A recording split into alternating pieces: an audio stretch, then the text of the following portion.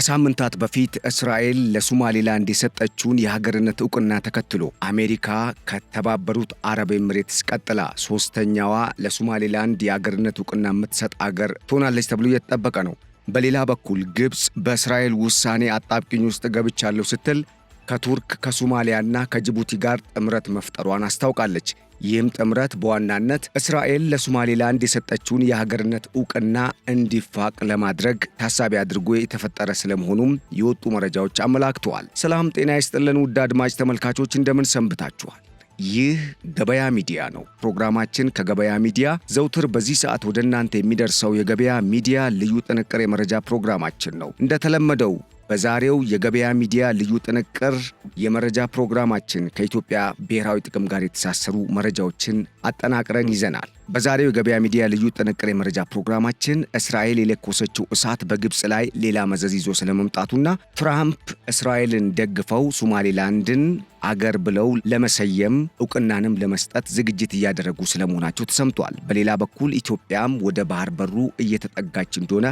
የሚያሳዩ አዳዲስ መረጃዎች ወጥተዋል። ቆይታችሁ ከኛ ጋር ያማረ እንዲሆን እየጋበዝን በቆይታችሁ እንዲሁ እንደምታተርፉን በማመን ለቻናላችን አዲስ የሆናችሁ ቻናሉን ሰብስክራይብ፣ ፕሮግራማችንን ደግሞ ላይክ እና ሼር እንድታደርጉ እየጋበዝን በቀጥታ ወደ ዕለቱ መረጃችን ተሻገርን።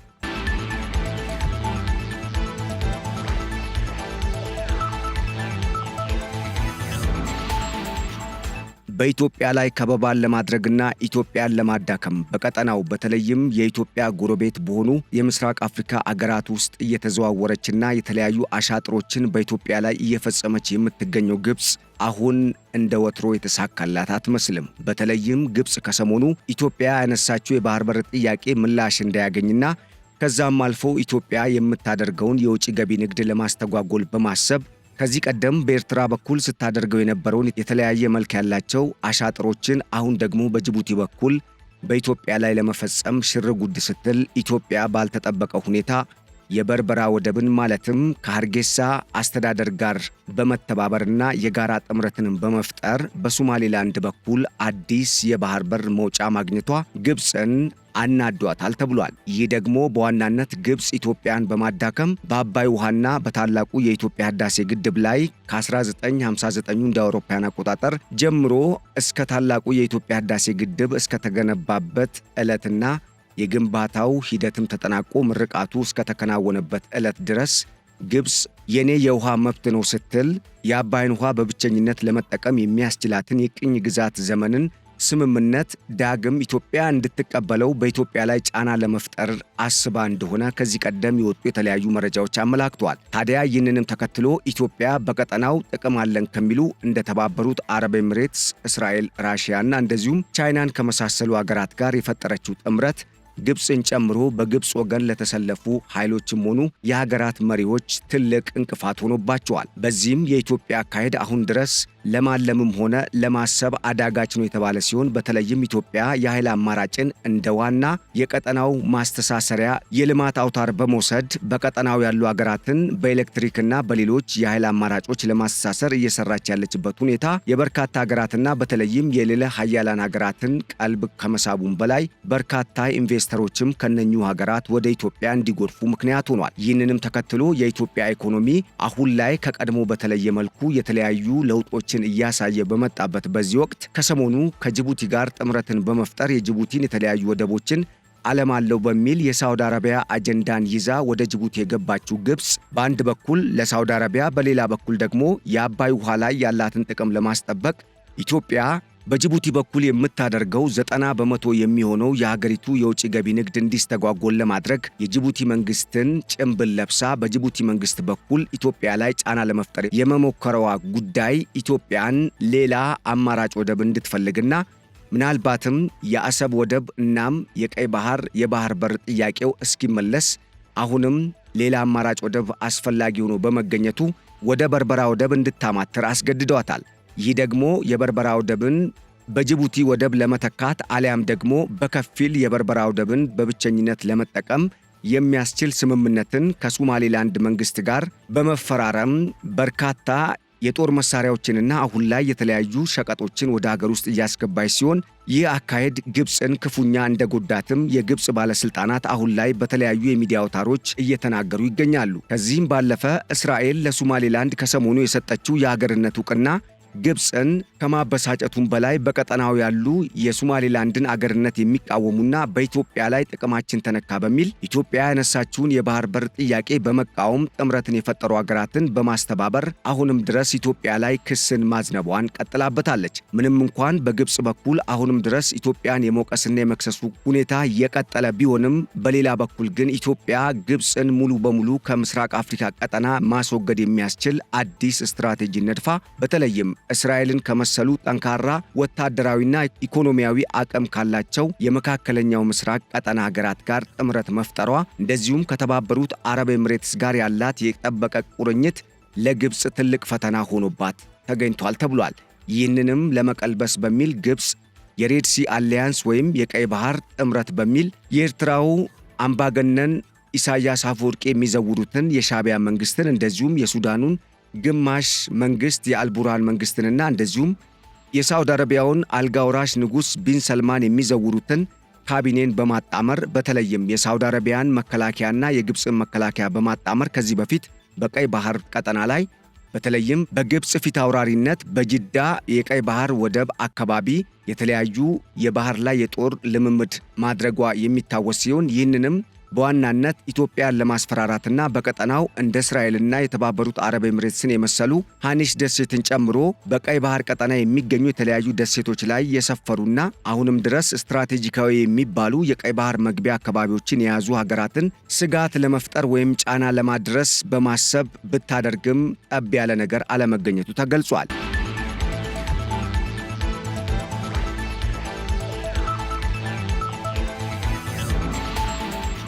ይህ በእንዲህ እንዳለ ታዲያ አሁን ላይ ከወደ አሜሪካ የተሰማው ዜና ፕሬዝዳንት ዶናልድ ትራምፕ ጠቅላይ ሚኒስትር ቤንጃሚን ኔታንያሁን ፈለግ በመከተል ለሶማሌላንድ ዕውቅና በመስጠት ሶስተኛ ሀገር ለመሆን ጥረት እያደረጉ ስለመሆናቸው ተሰምቷል። ይህ ጉዳይ በተለይም በሞቃዲሾ የከተመውን የፕሬዝዳንት ሐሰን ሼክ መሐሙድ መንግስትንም ያበሳጨ እንደሆነ የተገለጸ ሲሆን በሌላ በኩል ቀጠናውን ሙሉ በሙሉ በእጇ ለማስገባት ያለ የሌለ ኃይሏን እየተጠቀመች ለምትገኘው ግብፅ ትልቅ ዱብዳም ሆኖባታል ተብሏል። ኢትዮጵያ በዚህ ረገድ ከተለያዩ አገራት ጋር ጥምረትን በመፍጠር በዲፕሎማሲው ረገድ በዓለም አቀፍ ደረጃ የተለያዩ ስኬቶችን እያስመዘገበች ስትሆን በተለይም ልዕለ ኃያላን አገራት በአብዛኛው የኢትዮጵያን አቋም የመደገፋቸው ጉዳይ ግብፅ ኢትዮጵያን ለመክበብና ለማዳከም እስካሁን ስታደርግ የነበረውን ጥረት ገደል የሚከት ነውም ተብሏል። አሜሪካ የእስራኤልን ፈለግ በመከተል ለሶማሌላንድ ዕውቅናን እሰጣለሁ ማለቷን ተከትሎም ቱርክ፣ ጅቡቲና ሶማሊያ እንደዚሁም ግብፅ ራሷ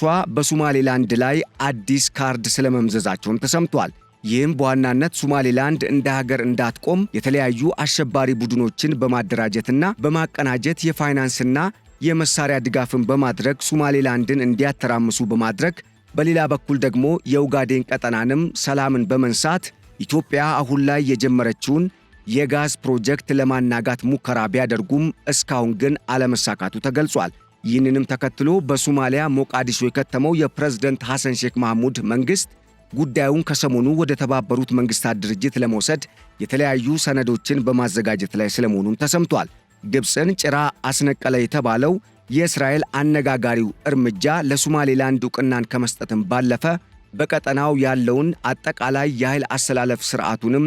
እንደሚቀይር ተንታኞች እየገለጹ ይገኛሉ። አሁን ላይ በምስራቅ አፍሪካ ቀጠና ያለው አጠቃላይ የኃይል አሰላለፍ ስርዓትም ፕሬዝዳንት ኢሳያስ አፈወርቂ የሚመሩት የሻዕቢያ መንግስትና የሱዳን ብሔራዊ ጦርን የሚመሩት የፕሬዝዳንት አብዱል ፈታህ አልቡርሃን መንግስት እንደዚሁም ግብፅ፣ ሳውዲ አረቢያና ሶማሊያ እንደዚሁም አሁን ላይ ጅቡቲ በጋራ ተጣምረው እየተንቀሳቀሱ ሲሆን በተለይም የሶማሊያ ዋና አጋር የሆነችውና እስካሁን ድረስም ለሶማሊያ የተለያዩ ድጋፎችን በማድረግ በአንጻሩ የሶማሊያ ባህር ዳርቻዎች ላይ የሚገኙ ነዳጆችን ወደ ራሷ ሀገር እያጓጓዘች የምትገኘውና ከሶማሊያ ጋር ከፍተኛ የጥቅም ቁርኝትን የፈጠረችው ቱርክም የግብፅን ጎራ መቀላቀሏ ተሰምቷል። በሌላ በኩል እስራኤል፣ የተባበሩት አረብ ኤምሬትስ፣ ኢትዮጵያ፣ ሶማሌላንድና ደቡብ ሱዳን፣ ኬንያ፣ ታንዛኒያን ጨምሮ ሌሎች ሀገራትም ከኢትዮጵያ ጋር በመጣመር የሱዳኑን ግማሽ መንግስት የሚመራውንና አሁን ላይ በዳርፉር ኒያላ የከተመውን መንግስት እያስተዳደረ የሚገኘው የአርኤስኤፉ መሪ የጄኔራል ሐምደን ደጋሎ ቡድንም እንደዚሁ ከኢትዮጵያ ወገን በመሆን ኢትዮጵያን ደግፈው እየተንቀሳቀሰ የመሆኑ ጉዳይ ምናልባትም ሶማሌላንድ ሙሉ በሙሉ የሀገርነት ዕውቅናን በዓለም አቀፍ ደረጃ ካገኘች ከሰሞኑ የሁቲ አማጽያንም ጭምር በቀጠናው የሚፈጥሩት አዲስ ነገር ሊኖር እንደሚችል ስጋትን ጥሏል ተብሏል። በዚህም የተነሳ ግብጽ በቀይ ባህር ቀጠና ያላትን ጥቅም አጣለው በሚልም የሶማሌላንድ የሀገርነት ዕውቅና ማግኘት ጉዳይን ለመፋቅ አሁን ላይ ለገዛ ጥቅማቸው ሲሉ ከግብጽ ጋር ከተጣመሩት እንደ ቱርክ፣ ሱዳን የአልቡርሃን መንግስት እንደዚሁም ሳውዲ አረቢያና ጅቡቲ ብሎም ከኤርትራ ጋር አንድ ላይ በህብረት በመጣመር የተለያዩ እንቅስቃሴዎችን ለማድረግ ሙከራ እያደረገች ሲሆን የሁቲ አማጽያንን በመደገፍና በተለይም አሁን ላይ በምስራቅ አፍሪካ ቀጠና እምብዛም ተጽዕኖ የላትም የምትባለው ኢራን ደግሞ ከየትኛው ወገን መሆን እንዳለባት አሁን ላይ ለመወሰን ጥናቶችን እያካሄደች ስለመሆኗም የወጡ መረጃዎች አመላክተዋል። ይህንን ጉዳይ በሚመለከት አሁን ላይ እየወጡ ያሉ የተለያዩ የትንተና መረጃዎች እንዳመላከቱትም ኢትዮጵያ እየሄደችበት ያለው መንገድ በቅርቡ የባህር በሩንም ለማሳካት የሚያስችላት እንደሆነ የተገለጸ ሲሆን በተለይም የሶማሌላንድ አገር መሆንና እንደ አንድ ሉዓላዊ አገር በቀጠናው ከደቡብ ሱዳን ቀጥሎ በሁለተኛነት አሁን ላይ የተመሰረተች አዲስ አገር ሆና የመፈጠሯ ጉዳይ ኢትዮጵያ የባህር በርን በአማራጭነት በተለይም የባህር ኃይሏን የምታሰማራበት ከ25 እስከ 30 ኪሎ ሜትር የሚጠጋ በህንድ ውቅያኖስ ላይ የተንሳፈፈ መጫወቻ ሜዳን እንድታገኝ ከማድረጉም በላይ በግብጽ የሚመጣባትን ተጽዕኖ ለመቅረፍና በተለይም ግብጽ በቀይ ባህር ላይ አለኝ የምትለውን ጥቅም ለመገዳደር የሚያስችል አዲስ አቅምን እንደሚፈጥርላትም ተገምቷል።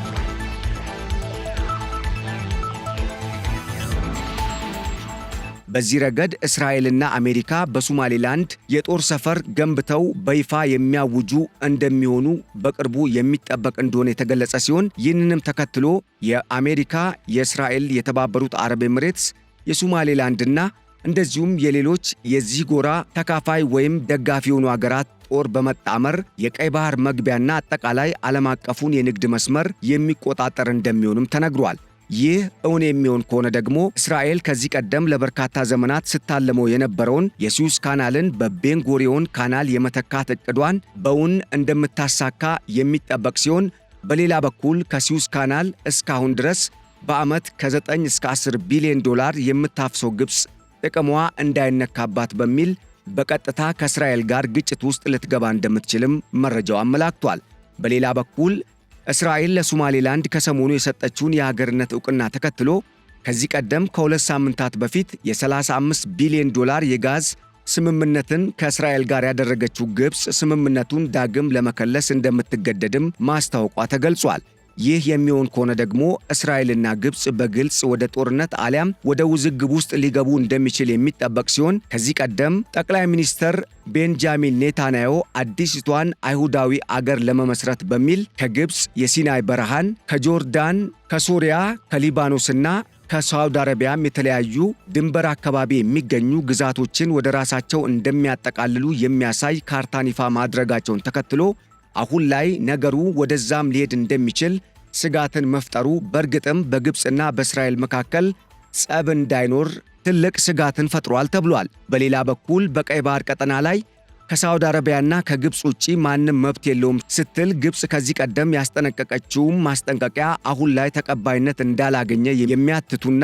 የተለያዩ የቀጠናው የኃይል አሰላለፍ ስርዓትን የሚያሳዩ የትንተና መረጃዎችን የሚያወጡ የመረጃ አውታሮችና ትንተናዎችን የሚሰጡ ምሁራን እንደሚያመላክቱት ደግሞ አሁን ላይ ያለው የቀጠናው የኃይል አሰላለፍ ስርዓት ከምስራቅ አፍሪካ ቀጠና አልፎ ወደ መካከለኛው ምስራቅም ሊዘረጋ እንደሚችል በማመላከት በተለይም በሶማሊያ ውስጥ ኳታር፣ ቱርክ፣ የተባበሩት አረብ ኤምሬትስ፣ ቻይና፣ ግብጽና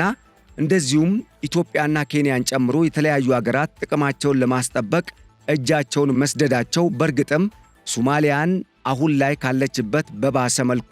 ወደ ውድቀት ሊዳርጋት እንደሚችል ስጋትን መፍጠሩን የገለጹ ሲሆን በሌላ በኩል የሶማሊያ ጉዳይ እልባት ማግኘቱ ለቀጠናው ሰላም እረፍት ይሰጣል በሚል የአሜሪካ መንግስት አዲስ ፕሮፖዛልን ይዞ ስለመቅረቡም ተሰምቷል። ምንም እንኳን በአሜሪካ በኩል የቀረበው ፕሮፖዛል እስራኤል ከዚህ ቀደም ወደ ሶማሊያ እገባለሁ ስትል ያስታወቀችውን መረጃ ተከትሎ የተሰጠ አዲስ ፕሮፖዛል ነው ቢባልም እስካሁን ድረስ ግን የሶማሊያ ጉዳይ አሳሳቢ ሆኖ የመቀጠሉ ጉዳይ ምናልባትም አሜሪካ በሶማሊያ ላይ አሁን ላይ አዘጋጅቼዋለሁ ያለችውን ፕሮፖዛል ተቀባይነት እንዳይኖረው አሊያም ሙሉ በሙሉ እንዳይሰራ ሊያደርገው እንደሚችልም ስጋትን ፈጥሯል። ይህ ደግሞ በዋናነት በሶማሊያ ውስጥ ያለው በሁለቱ ራስ ገዝ በሚባሉት ፑንትላንድና ጁባላንድ እንደዚሁም በፌዴራሉ መንግስት መካከል ያለው ውዝግብ፣ በሌላ በኩል ደግሞ አልሸባብ የተሰኘው የአሸባሪ ቡድን በሀገሪቱ እየፈጠረ ያለው የጸጥታ ቀውስና በተለያዩ አካባቢዎች በተለይም በፑንትላንድና በጁባላንድ እንደዚሁም በሶማሊያ የማዕከላዊ መንግስቱ በሚቆጣጠራቸው የተለያዩ ግዛቶች ውስጥ የሚንቀሳቀሱት እንደ አልቃይዳና አይኤስአይስን የመሳሰሉ ዓለም አቀፍ የሽብር ቡድኖች የሚፈጥሩት የጸጥታ ስጋት ሀገሪቱን ተስፋ አልባ እንድትሆን እያደረጋት እንደሆነም ተመላክቷል። በዚህ ሁኔታ ውስጥ የሚገኘው የምስራቅ አፍሪካ ቀጠና በዚህ አግባብ የሚቀጥል ከሆነ ኢትዮጵያ አዲስ ስትራቴጂን ለመንደፍ የምትገደድበት ሁኔታ ሊፈጠር እንደሚችል በማመላከት በተለይም የሶማሌላንድ አገር ሆኖ እንደ አዲስ መመስረት ኢትዮጵያ በባሌም ሆነ በቦሌ የባህር በሩን በኃይል አሊያም በአማራጭ ድርድር ልታገኝ የምትችልበት ዕድልን የመጨረሻ ደረጃ ላይ እንዲደርስ እያደረገው እንደሆነም ተመላክቷል። ይህ ደግሞ የሚሆን ከሆነ ኢትዮጵያ በመጨረሻ በድርድር አሊያም በጦርነት የባህር በሯን ልታስመልስ እንደምትችል ያመላከተ ነው የተባለ ሲሆን በተለይም ኢትዮጵያ ከሰሞኑ አዲስ ያወጣችው የቀይ ባህር ቀጠና ደቡባዊ ግዛትን ያካተተው ካርታዋ ለዚህ ማሳያ እንደሆነም እየተጠቆመ ይገኛል ተብሏል። በአጠቃላይ በምስራቅ አፍሪካ ቀጠና ያለው አሁናዊ የጸጥታ ቀውስ ቀጠናውን ወደ ተለየ ምዕራፍ ሊያሻግረው እንደሚችል የተጠቆመ ሲሆን በተለይም እንደ ኢትዮጵያ ላሉ ሀገራት አዳዲስ ሲሳዮች እየመጡ መሆናቸው የተገለጸ ሲሆን በሱዳን ያለው ሁኔታ አሁን ላይ ለአልቡርሃን መንግስት ትልቅ አደጋን የደቀነ መሆኑ ደግሞ ለኢትዮጵያ ትልቅ አዋጪ ነውም ተብሏል። በሌላ በኩል ኤርትራ ከሱዳን ጦሬን አስወጣለሁ ስትል የማወጇ ምክንያት በዋናነት ከኢትዮጵያ ጋር ጦርነት ሊኖር ይችላል በሚል ስጋት እንደሆነ የሚያትቱ ተንታኞች ያወጧቸው መረጃዎች እንዳመላከቱት ጅቡቲ በኢትዮጵያ ጫና ስር የምትወድቅበት ሁኔታ መፈጠሩን ተከትሎ ኤርትራ ብቻዋን ስለቀረች ግብፅም ከእስራኤል ጋር በገባችበት ቀውስ ምክንያት ሁለቱ ሀገራት የገቡበት ውዝግብ ወደ ጦርነት ሊያመራ የሚችል ከሆነ ኤርትራም እንደ ሀገር ህልውናዋ ሊኮሰምን የሚችልበት ዕድል ሰፊ የሆነ መምጣቱንም ተመላክቷል። አሁን ላይ እስራኤል በዋናነት በምስራቅ አፍሪካ ያለውን ሁኔታ እየዘወረች እንደምትገኝ የሚያትቱ መረጃዎች በአጠቃላይ በምስራቅ አፍሪካ ቀጠና የሚፈጠሩ አዳዲስ ለውጦች በኢትዮጵያና በእስራኤል ፊታውራሪነት እየተከናወኑ የመሆናቸው ጉዳይ ግብፅ ከምስራቅ አፍሪካ ቀጠና ሙሉ በሙሉ እንድትወገድ እንደሚያደርጋትም ከወዲሁ ተተንብዮአል ተብሏል።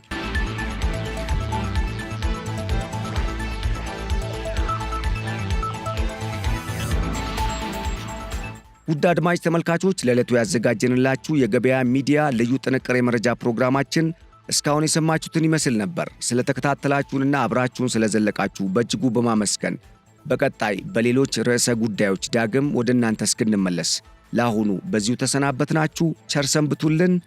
ሰላም።